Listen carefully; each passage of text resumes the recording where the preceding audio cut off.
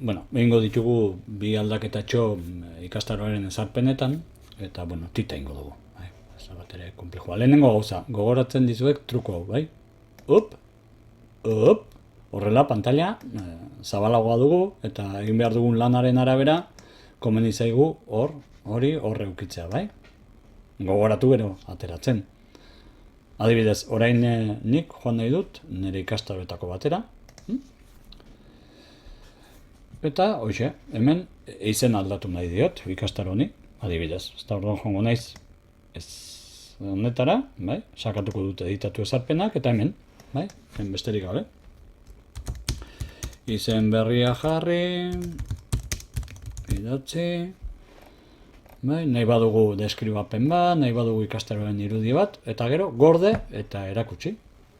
Eta kitu, jazta, ez dago besterik, bai?